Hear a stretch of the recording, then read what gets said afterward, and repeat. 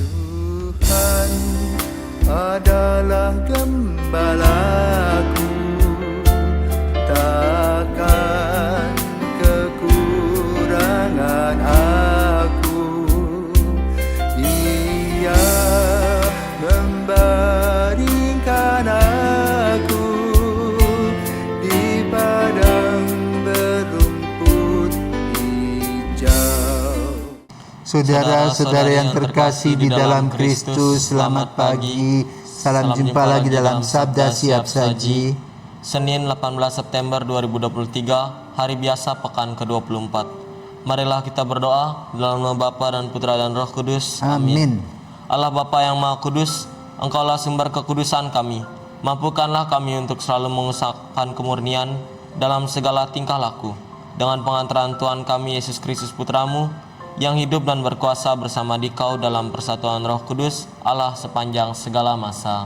Amin. Tuhan bersamamu Dan bersama rohmu. Inilah Injil Yesus Kristus menurut Lukas. Dimuliakanlah Tuhan. Lukas bab 7 ayat 1 sampai dengan 10. Pada suatu ketika setelah mengakhiri pengajarannya kepada orang banyak, masuklah Yesus ke Kapernaum. Di situ ada seorang perwira yang mempunyai seorang hamba yang amat ia hargai. Hamba itu sakit keras dan hampir mati. Ketika mendengar tentang Yesus, ia menyuruh beberapa orang tua-tua Yahudi kepadanya untuk meminta agar ia datang dan menyembuhkan hambanya. Mereka datang kepada Yesus dan dengan sangat mohon pertolongannya, katanya, "Sudah selayaknya lah engkau menolong dia, sebab ia mengasihi bangsa kita dan dialah yang menanggung pembangunan rumah ibadat kita." Maka pergilah Yesus bersama mereka.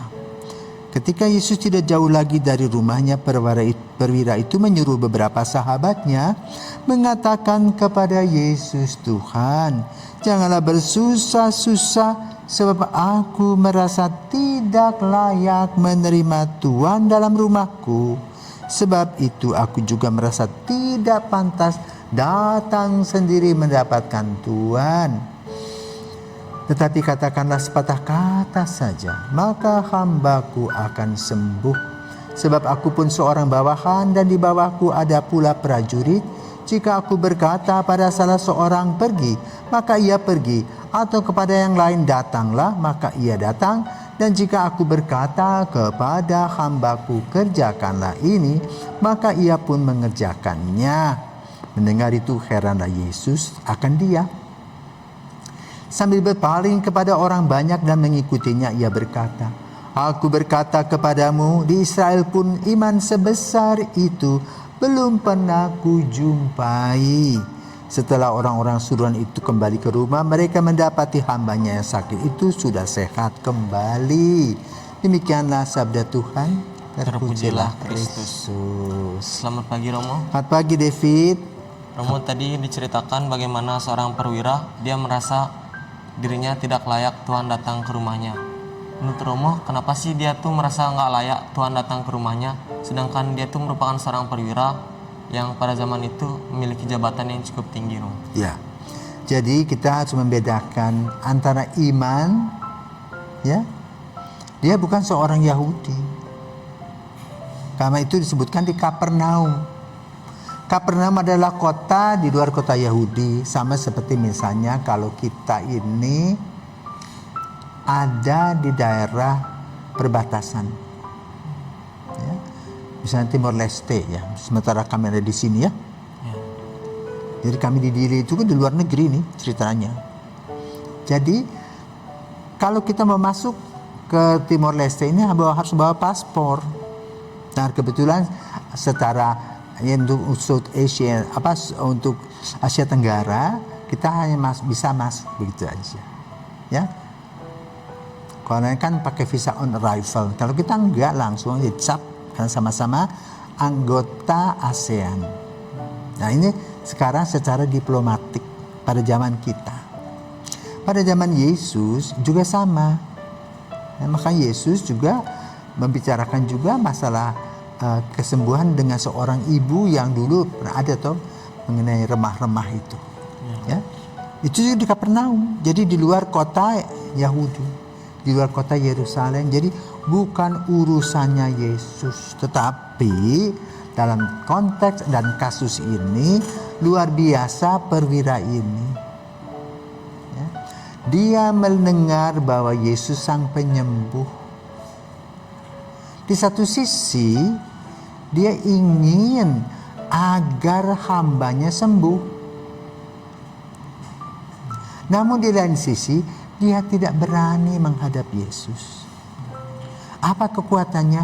Dia percaya bahwa Yesus akan menyembuhkan hambanya. Maka dalam konteks ini kita mendengar proses bagaimana dia menyuruh hambanya pergi bertemu dengan Yesus, dan di tengah jalan Yesus pergi, ya, Yesus datang mengunjungi tempat itu. Dan ketika dia tahu, dia juga mengirim lagi orang dengan mengatakan, Tuhan tidak pantas Tuhan datang ke rumahku. Tapi berkatalah sepatah kata saja, maka hambaku akan sembuh. Kan itu dalam Ekaristi ada ya? Di mana tuh? Di bagian setelah diangkat hostia kan. Habis anak domba Allah. Apa tuh ceritanya? Kalimatnya gimana? Ya Tuhan, saya tidak pantas Engkau datang kepada saya, tapi bersabdalah saja maka saya akan sembuh. Nah itu dari sini, jangan lupa. Dari orang bukan Yahudi, maka Yesus mengatakan, aku belum pernah melihat iman sebesar ini. Padahal itu orang Yahudi, bukan orang Yahudi. Nah, jadi di satu sisi ini Yesus itu seperti membelah dengan pisau, dua mata pisau ini loh. Di satu sisi ingin menyadarkan kepada orang-orang Yahudi, sebagian besar mereka tidak percaya kepada Yesus. Ya. Tetapi di lain sisi, dia menerangkan bahwa orang luar tuh yang bukan Yahudi percaya sama Yesus, bahkan anak hambanya sembuh. Itu loh. Ya.